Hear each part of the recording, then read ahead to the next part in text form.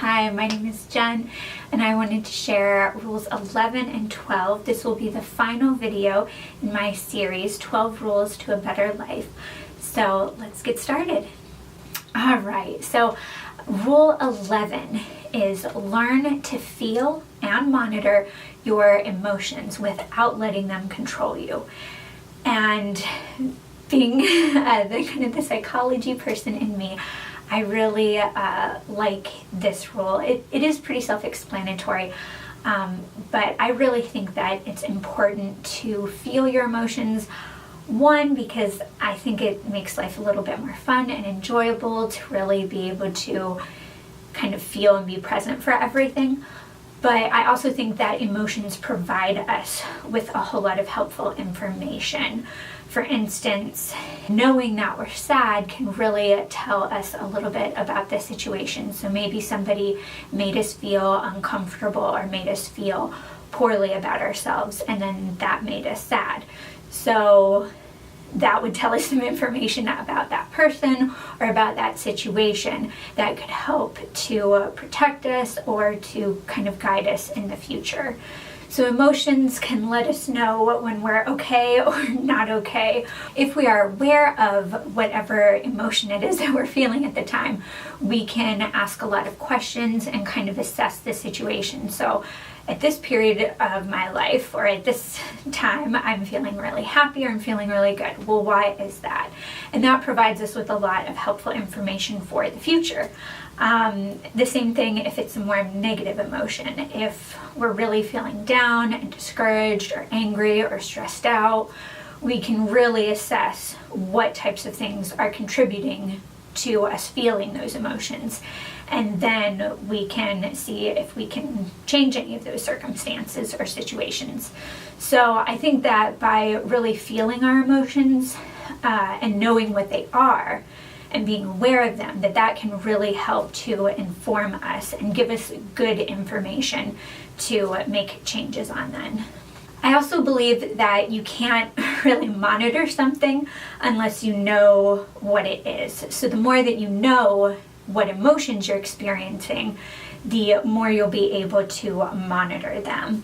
And I know that we don't always have time to get into our emotions, and there are times when we just have to kind of push through and other things like that. But I think that the more that we can kind of feel and experience our emotions when they happen, the less buildup there is, and the more we're able to monitor and keep them in check kind of long term.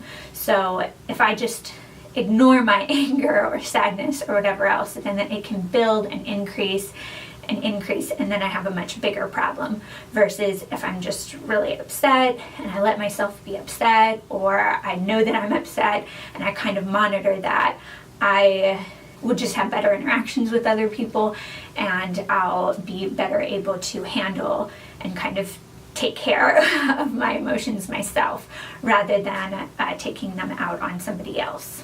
I believe that when we are able to feel and really experience our emotions and kind of know what our emotions are, then that will give us control over ourselves and our emotions, and then also actions.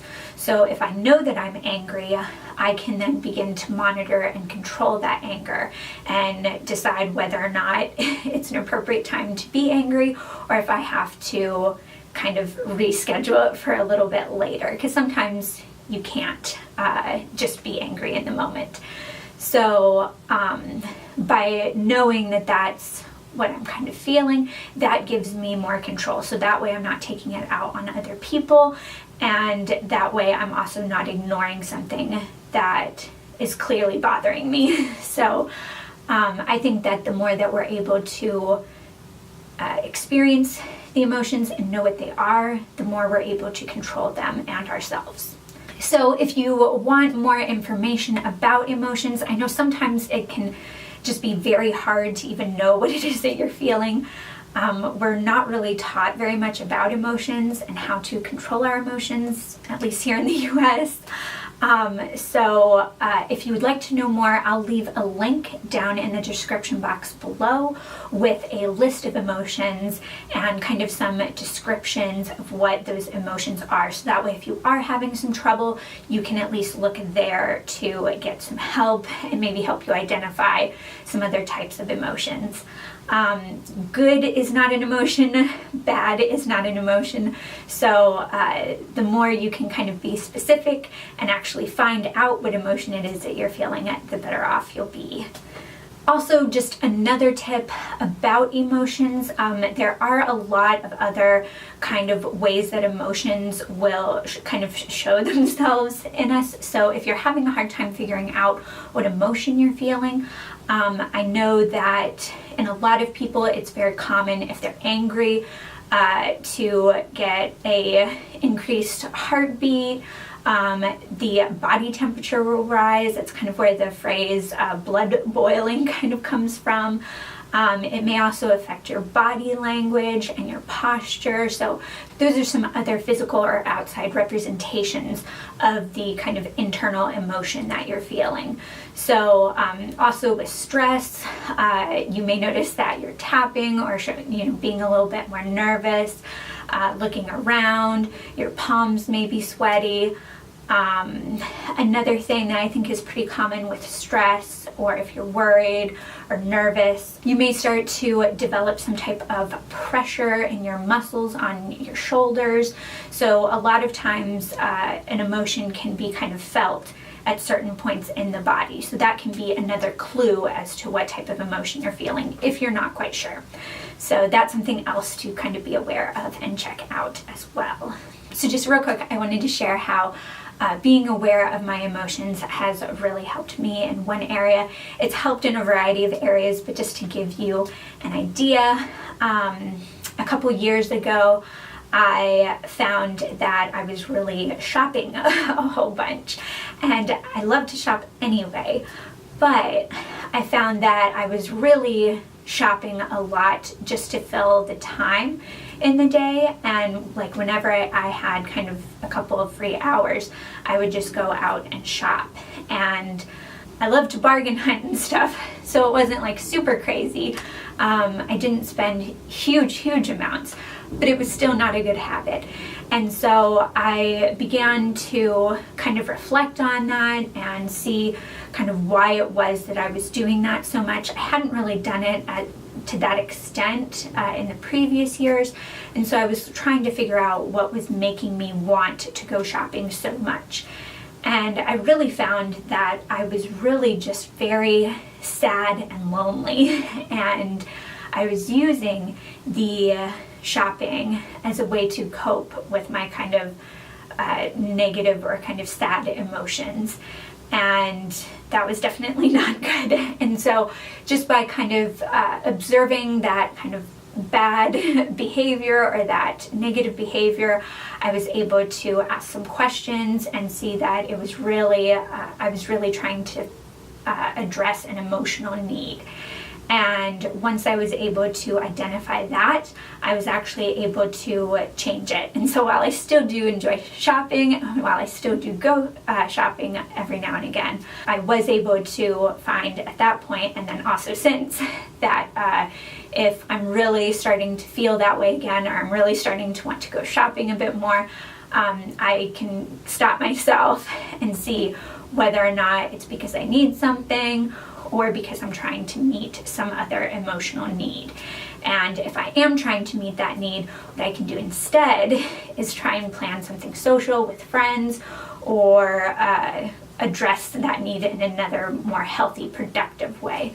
So that's just kind of one example of how emotions can really affect us and ourselves without us really knowing, and that can affect our behavior and our actions, and that can lead to other negative consequences as well. And so if we're able to kind of tune into our emotions, then we can change a lot of those things. So yes, I believe that emotions are not the enemy. I believe that they can help us. I do think that we need to try and control them.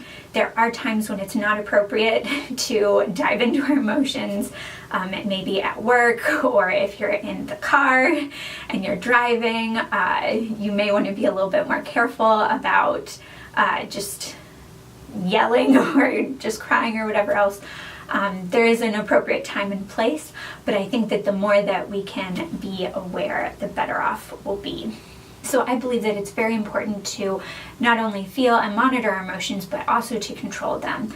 I think that it's important to feel the positive and negative emotions that you experience, but I try not to stay in them for too long. So if I'm just feeling really upset, a lot of times I will just let myself be upset for a little bit.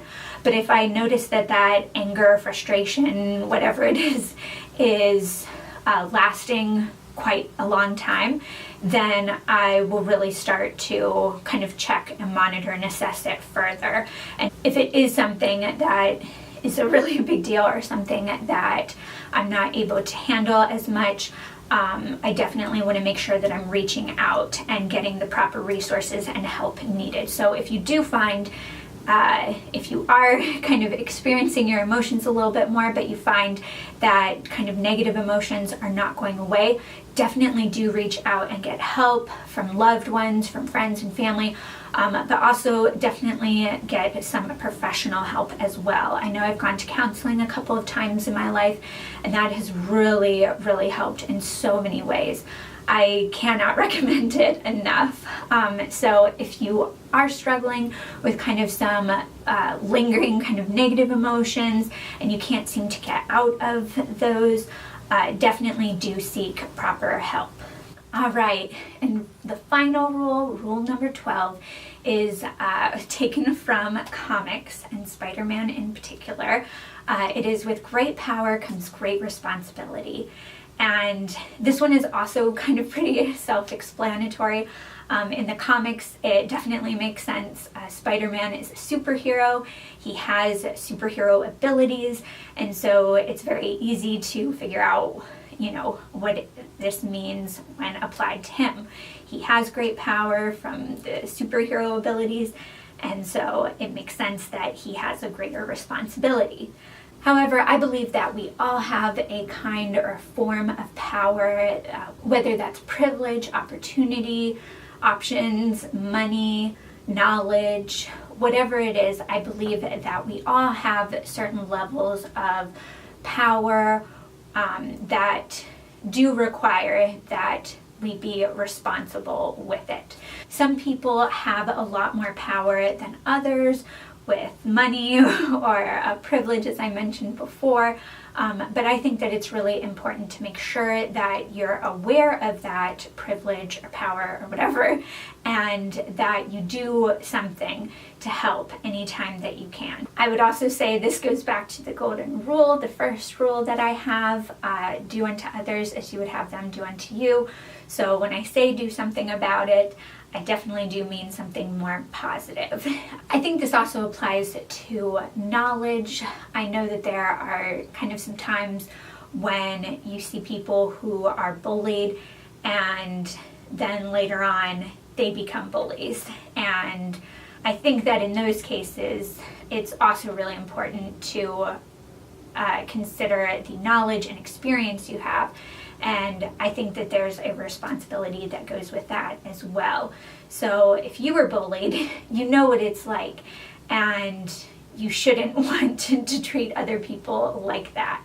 So I think that keeping this rule, with great power comes great responsibility, and the golden rule, do unto others as you would have them do unto you, I think that if you are somebody who has been bullied, or you feel like you're a minority or something like that, you really should be a champion of people who are less fortunate. And so if you come across somebody who's in a situation where they are being bullied or disadvantaged, my hope from these rules would be that you would then go and try and help them. And so that's definitely something that I've tried to work on and I've tried to do throughout my life. I try to not just think that because I'm not super powerful in a lot of other ways that I'm kind of immune to this. I really try to make sure that I'm treating others well and I'm looking out for people who may not have as much of a voice.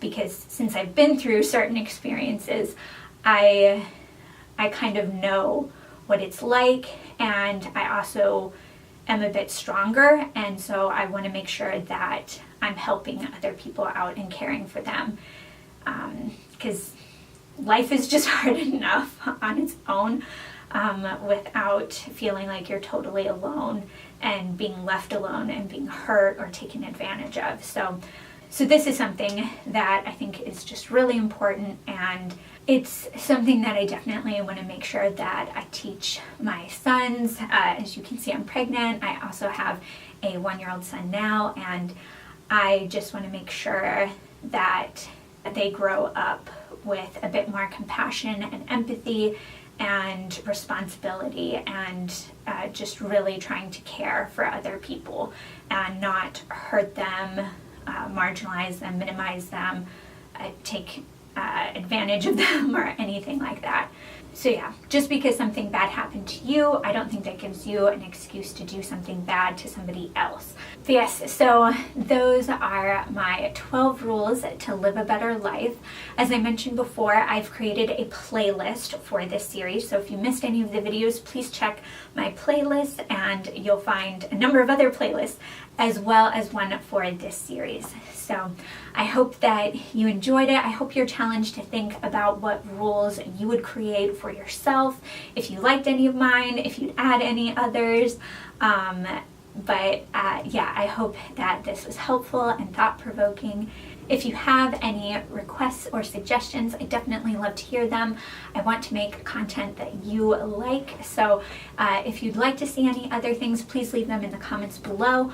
I've also thought about making a series on the 12 rules of parenting and the 12 rules of relationships, and specifically romantic relationships. So if you'd like to see either of those, please leave that down in the comments below and I'll start working on that. So I hope that you have a great day. Bye.